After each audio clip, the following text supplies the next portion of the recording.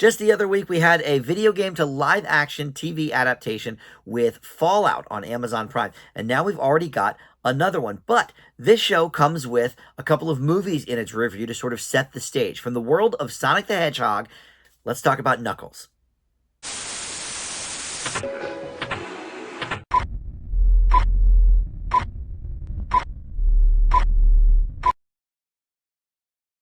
Hey guys, Dan here. This is Dan Reviews It. Welcome to my TV review for the 6-episode miniseries Knuckles. This is streaming right now on Paramount Plus, and it is following in the footsteps of the second Sonic the Hedgehog movie specifically, because Knuckles was not in the first one. But with this TV show also came the announcement the other day that there will indeed be a Sonic the Hedgehog 3. I think we kind of knew that already, and they certainly teased that in the end credits scene in Sonic the Hedgehog 2. But it was announced that Jim Carrey is officially back as Dr. Robotnik. So that is awesome news. I'm a big fan of those first two films. Excited to see what they come up with for the third installment. And I am a Sonic the Hedgehog fan. I've had this shirt probably about 20 some years, and love the character of Sonic. But Sonic and Tails are only in this series for a wee little bit. It's mostly about Knuckles and actually the Adam Pally character that was introduced in the film as well. He actually probably gets more screen time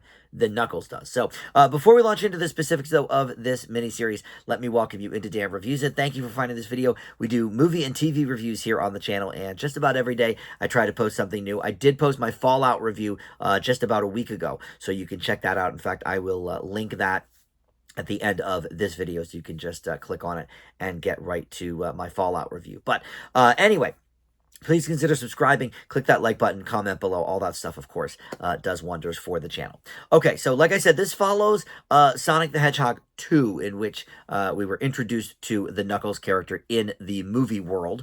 Of course, you know, a lot of us knew him from the game already, but essentially this follows Knuckles the Echidna, which Idris Elba is back doing the voice there, and he is training Deputy Sheriff Wade Whipple, which is Adam Pally's character, in the ways of the Echidna warrior. And there is a little bit in that first episode of sort of catching up on, okay, here's who Knuckles is, and James Marsden does not appear, but Tika Sumpter does, reprising her role as Maddie Wachowski, who is Knuckles, Sonic, and Tails' adoptive mother, and then Colleen O'Shaughnessy and Ben Schwartz reprise their voice roles as Sonic and Tails, but just for like a scene or two in that first episode, and then we really get to the meat and potatoes of what this story is actually going to be about. Knuckles is kind of struggling with his life on Earth, trying to figure out his place, and obviously the Wade character, if you saw the movies, Adam Pally, he's just a disaster. He's a mess. I think he's in both movies. I know he's definitely in the second one, but I'm almost positive he's in the first one as well. It's been a few years since I saw it, but in any event, his goal is to sort of make it to Reno, Nevada for this bowling tournament, where he hopes to run into his estranged father, played by Cary Elwes. We also have some recurring roles from Stockard Channing and Edie Patterson, who are Wade's mother and sister, respectively. And then also voice work from Christopher Lloyd here, who is a deceased elder of Knuckles' tribe, who's returning as a ghost to dispense some wisdom. So, look, I really liked the first two movies in this franchise. Loved, actually. I mean, they're both sort of in that like B+ kind of range for me. Upon further reflection, maybe even higher up for that first one.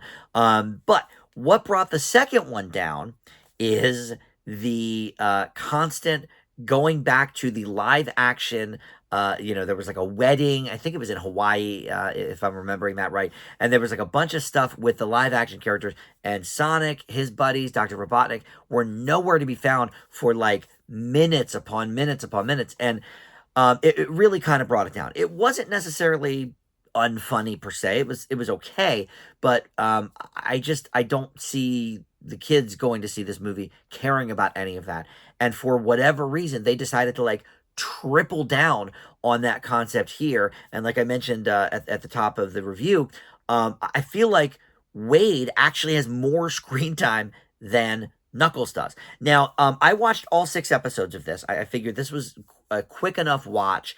I'm going to give it its due and watch all 6 episodes before I give you my thoughts on it. And I'm glad I did that because I think if I were grading it on the first 2 or 3 episodes, my grade would be significantly higher. In episode 4, it takes a weird turn, and there's like this whole musical montage. Michael Bolton does the singing voice for Wade. And it turns into like this weird kind of musical fantasy episode. Didn't quite get what they were going for there. And then episode 5, we bring it back a little bit to the story, but then the final episode, episode 6, is almost all about this bowling competition. Knuckles is barely even in the last episode. It was very bizarre. And there's been this type of problem coming up lately in different shows on these streamers. Like Netflix had a show about Scott Pilgrim, and Scott Pilgrim was barely in that, but at least he was sort of at the center of it because they were trying to find him. And I really enjoyed that show much more than this. But having the bulk of these last couple episodes be all about Wade's family drama and the estranged father stuff and the bowling competition, I was like, where is Knuckles? Like, what? I want to see Knuckles. That's what I tuned into this show for. And I like Adam Pally. I like, Carrie Elways and Soccer Channing and all of that. But that's not what I came to the Knuckles TV show for. And I guarantee, most of the kiddos that are going to watch this are also not coming for the family drama moments of this movie.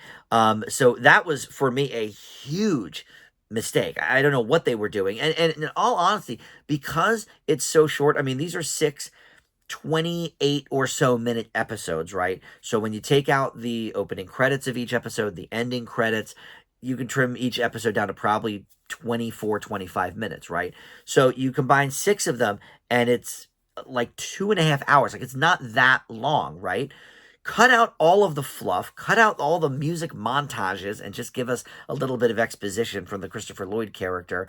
And this could have easily been a direct to Paramount Plus movie. Now, look, they probably didn't want to enter into that realm because they're already doing the 3rd Sonic movie coming up. But to me, this could be like a spinoff in the vein of like a Puss in Boots or something from the Shrek universe. Like, I don't know why they decided to make this a 6-episode miniseries when they clearly didn't have enough of a storyline with Knuckles to sustain it. It didn't quite make sense to me. Now, the parts that worked very well and were funny. And, look, yeah, I missed Dr. Robotnik. I love Jim Carrey in that role, in just about every role, but I love him as Dr. Robotnik. I love Sonic. Tails is probably my favorite character of all from the franchise. So yeah, but it's a little unfair to sort of chastise a show called Knuckles and about Knuckles for not having those other people in it, except, to sort of set the stage in the first episode. But what I can fault it for is having it be mostly focused for those last couple of episodes on Wade and his family. It just made no sense for me. So have to give it a bit of a miss for that. And the theme song, Warrior by Scandal, I get it. Knuckles is a warrior.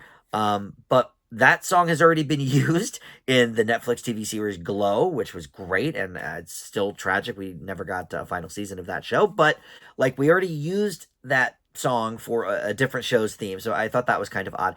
They did bring back the Ocho, ESPN 8 The Ocho, which is a joke that originated in Dodgeball, the movie, like, what was that, almost, 17, 18 years ago at this point, probably, maybe more.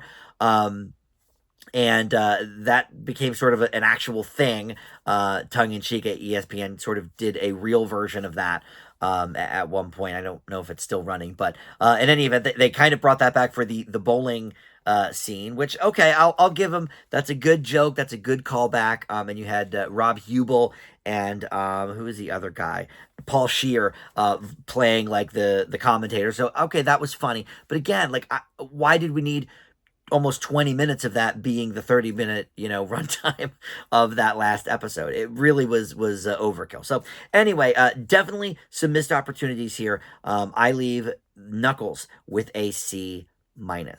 Easy to binge, though. I mean, I watched it all, back to back to back. It took a little less than 3 hours, but definitely by the latter half, falls apart. In episode 4, I don't know what was going on with all of the musical montages and stuff. So, but in any event, looking very much forward to Sonic the Hedgehog 3. Looking forward to seeing what they do with that, and if they incorporate this into that, I'm sure they will give you an overview or catch you up, so you don't necessarily have to watch this. But whatever, if you're interested, it's at least a quick mini-series watch. But my C- will stand on that. All right, thank you so much for watching Dan Reviews It, and I'll see you next time.